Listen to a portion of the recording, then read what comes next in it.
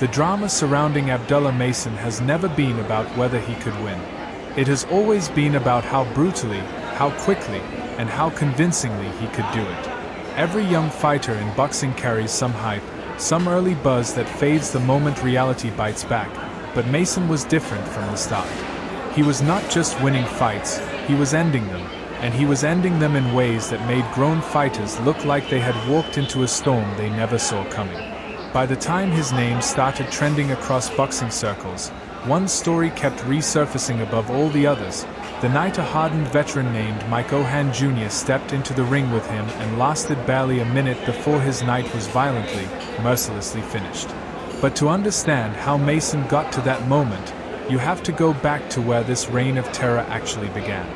It started on November 16, 2023, inside the T-Mobile Arena in Las Vegas, on the undercard of Shakur Stevenson vs. Edwin de los Santos. Abdullah Mason, one of Top Rank's most exciting young prospects, was set to face Jose Cardenas, a solid gatekeeper-type opponent brought in to test the kid's progress rather than end his career. Nobody expected fireworks of the kind that followed. From the opening bell, Mason's timing looked less like a prospect finding his footing and more like a veteran picking apart an opponent he had already studied a dozen times. He worked the body, mixed his shots high and low, and by the second round, a short, vicious combination sent Cardenas down for the count. It was Mason's 9th knockout in 11 professional victories, and anyone paying attention understood they were watching something rare, a teenager with the composure of a man twice his age. 3 months later, on February 8, 2024, at the Michelob Ultra Arena in Las Vegas, Mason faced his first real step-up in Benjamin German, an undefeated fighter with genuine credibility. This was supposed to be the fight that told everyone whether Mason's power was real or whether it was simply a product of facing overmatched opposition. The build-up was tense, a rare southpaw versus southpaw battle where insiders debated who would control the distance. German, a former U.S. Army veteran, brought toughness and awkward angles, sneaking behind his offense whenever Mason drifted out of position. But whatever German tried, Mason answered.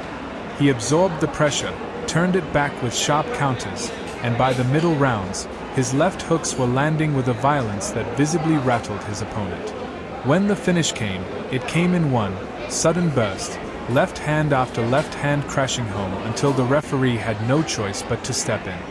Fans who had questioned whether Mason's power would translate against durable competition got their answer in the most emphatic way possible. April 13, 2024 brought Mason to the American Bank Center in Corpus Christi, Texas, where he faced Ronald Roman, a Venezuelan fighter who had traveled a hard road just to reach this stage. The betting odds around this fight were almost absurd, with Mason installed as a -4,000 favorite and 99% of fans predicting a knockout. Roman, however, refused to fold quietly. He absorbed heavy shots early, found pockets of confidence, and even landed counters that forced commentators to acknowledge his toughness. But Mason's ring intelligence began to show in ways that separated him from ordinary knockout artists. He targeted the body early, sensed the exact moment his opponent's resistance began to crack, and then systematically dismantled him with a barrage that left Roman defenseless against the ropes. It was Mason's 13th professional win, and once again, every observer walked away saying the same thing: this kid does not just win, he takes apart everything in front of him piece by piece. By July 6, 2024, at the Prudential Center in Newark, New Jersey, on the card headlined by Shakur Stevenson vs. Artem Harutyunyan, Mason faced Louis LeBron, a durable veteran who had never once been stopped in over 20 professional fights. This was billed as the ultimate durability test, an opponent whose chin had survived everything thrown at it. LeBron came in confident, using distance and craft to slow Mason down in the opening exchanges, but the young fighter adjusted almost instantly. He began setting traps with his jab, luring LeBron into predictable patterns before unloading combinations that dropped him not once, but twice within the same fight.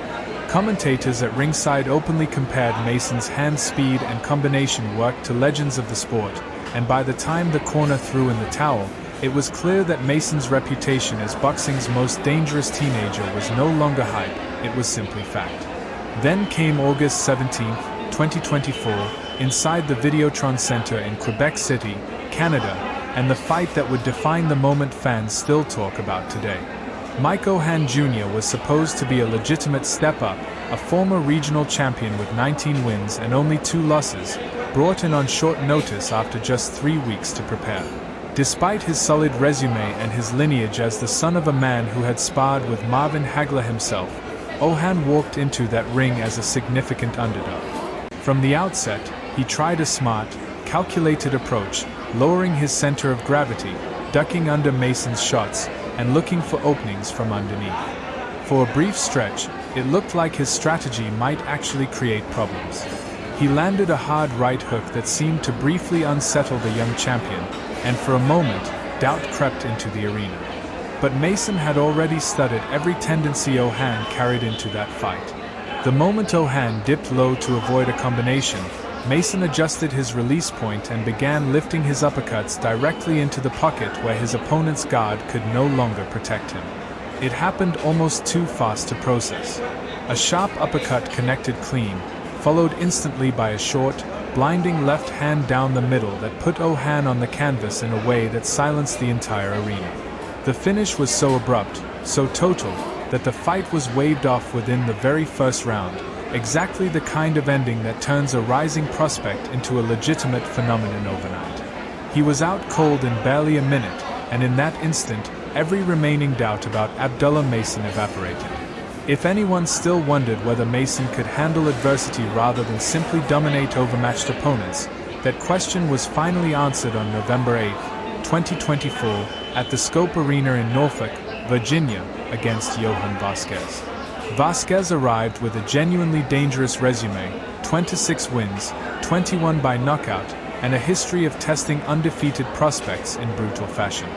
For the first time in Mason's career, this wasn't a question of when he would finish his opponent, it was a question of whether he could survive real adversity himself. Early in the very first round, Vasquez landed a thunderous right hand that sent Mason to the canvas for the first time in his professional life. The image was jarring, the invincible prospect suddenly looking human, vulnerable, hurt in a way fans had never seen before. What happened next revealed exactly why so many insiders believed Mason was destined for greatness. Rather than folding under pressure, he rose, composed himself, and went right back on the attack. He was dropped a second time in that same wild opening round, yet somehow his instincts never abandoned him.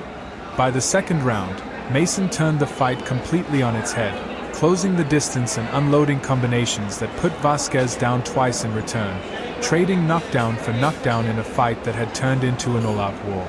In the third round, sensing his opponent fading, Mason went to the body with brutal precision, landing a shot to the solar plexus that finally ended Vasquez's night for good. It was, by every account, the single most dramatic display of resilience in his young career, proof that his power was matched by something even rarer, the ability to absorb disaster and still finish the job. Looking back across this entire run, from Cardenas to Gurman, from Roman to LeBron, and from the shocking 1-minute destruction of Ohan to the war against Vasquez, a clear picture emerges of a fighter who is not just talented, but genuinely dangerous in every sense of the word. Every opponent brought something different to the table: veteran durability, awkward southpaw angles, dangerous knockout power of their own, and every single time, Mason found an answer. He has been knocked down, and he has still won. He has been forced into wars, and he has still finished on top. That combination, devastating power paired with real toughness, is exactly what separates a hyped prospect from a fighter who might one day be remembered among the greats of his era. So now the only real question left is just how far this run can go, and who out there is willing to step in against a fighter who seems to get more dangerous with every single outing. Do you think Abdullah Mason has what it takes to become a legitimate world champion at the highest level, and which fighter do you want to see him face next? Drop your thoughts in the comments.